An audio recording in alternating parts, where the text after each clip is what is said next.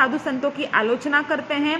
सारे लोग महंत और उनकी मठ, संपत्ति और उनके रहन सहन के बारे में सवाल उठाते हैं।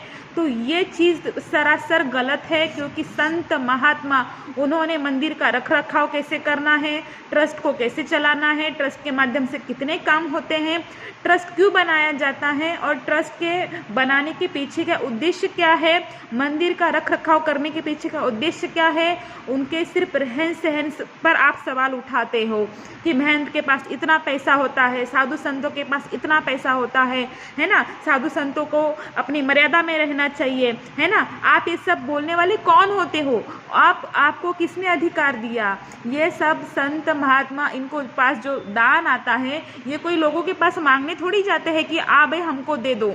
वो किसी के पास मांगने नहीं जाते हैं, उनको भक्त अपने खुशी से उनको दान देते हैं। इसके ऊपर उन्हीं का अधिकार होता है। हम कोई होते नहीं उनको बोलने वाले कि साधु संतों के पास इतना पैसा है, इतनी संपत्ति है, उनको क्या जीवन है। आपके बाप का पैसा है क्या? वो ट्रस्ट का है, उनको दिया हुआ है, दान में दिया हुआ है। आज संत समाज जीवित रह गया, आज संत समाज जीवित रहा, आज मंदिर जीवित रहा, आज ट्रस्ट जीवित रहा, तो आज हम हिंदू धर्म जीवित रह सकता है। तो आज आप और हम अपने घर में सुख चैन से रह सकते हैं। अगर इस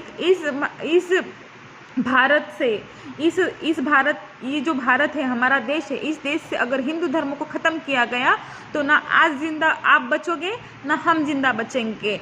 हमारे देश की क्या स्थिति होगी इसका हम अनुमान भी नहीं लगा पाते। हर कोई आता है, बोलता है, साधु संतों के रहन सहन के बारे में सवाल उठाता है।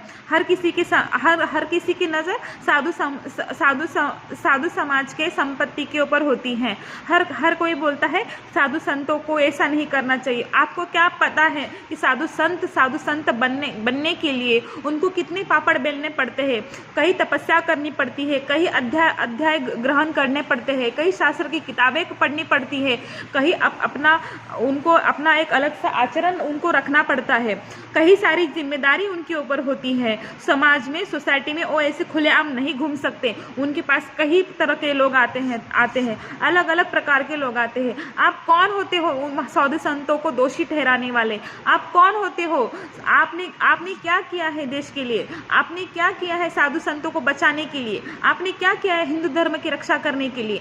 आपने ऐसा क्या योगदान दिया है जो आप साधु संतों की आलोचना करते हैं? ये सरासर गलत है। साधु संतों की आलोचना करना, ये कहते हैं, उचित नहीं है। हम अगर मंदिर की रक्षा नहीं कर सकते, हम धर्म की रक्षा नहीं कर सकते, तो उनके बारे में बोलने का हमें कोई हक नहीं है। हाँ, मंदिर की संपत्ति जो है, इसके ऊपर भी आपको बोलने का कोई अधिकार नहीं है, क्योंकि वो दान की संपत्ति होती है, वो किसी की प्राइवेट संपत्ति नहीं होती है। जो आप साधु संतों को इस तरह से बोलते हो, यह सरासर गलत है। हमें ये बिल्कुल शोभा नहीं देता कि हम किसी महात्मा के बारे में आलोचना करें।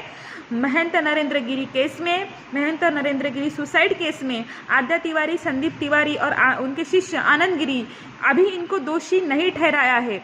इस देश में कोर्ट है, कानून है, और जो व्यक्ति साधु, जो लोग एक घर में भी अपने घर में बर्तन खटकते हैं ना, तो उनके मंदिर में भी कुछ उनका आपसी विवाद है, लेकिन उस विवाद को बाहरी रूप में तोड़ मड़ोड़ कर पेश किया गया। एक इतनी सी चीज़ को 1000 गुना ज़्यादा गलत दिखाया गया, गलत बताया गया, गलत फैलाया गया। तो हम अच्छे बुद्धि वाले लोग हैं, तो हम लोगों को ऐसा शोभा नहीं देता है। जो भी लोग साधु संतों की आलोचना करते हैं, उनके रहन सहन पे सवाल उठाते हैं, उनका जीवन जीने का जो तरीका है, उनके लिए जो ज्ञान देते हैं, ऐसे जो बेवकूफ़ लोग होते हैं, उनको साधु संतों के बारे में बोलने का कोई भी अधिकार नहीं है। आप पहले आपके घर को देखो ना, आप साधु संतों के ऊपर आवाज़ क्यों उठाते हो? क्यों आप उनकी आलोचना करते हो? आज हिंदू धर्म जिंदा है, आज हिंदू साधु संत जिंदा है, आज हिंदू के मंदिरें जिंदा है, इसीलिए हम जिंदा है। नहीं तो आज हमको पता ही नहीं चलता कि हम कहाँ होते।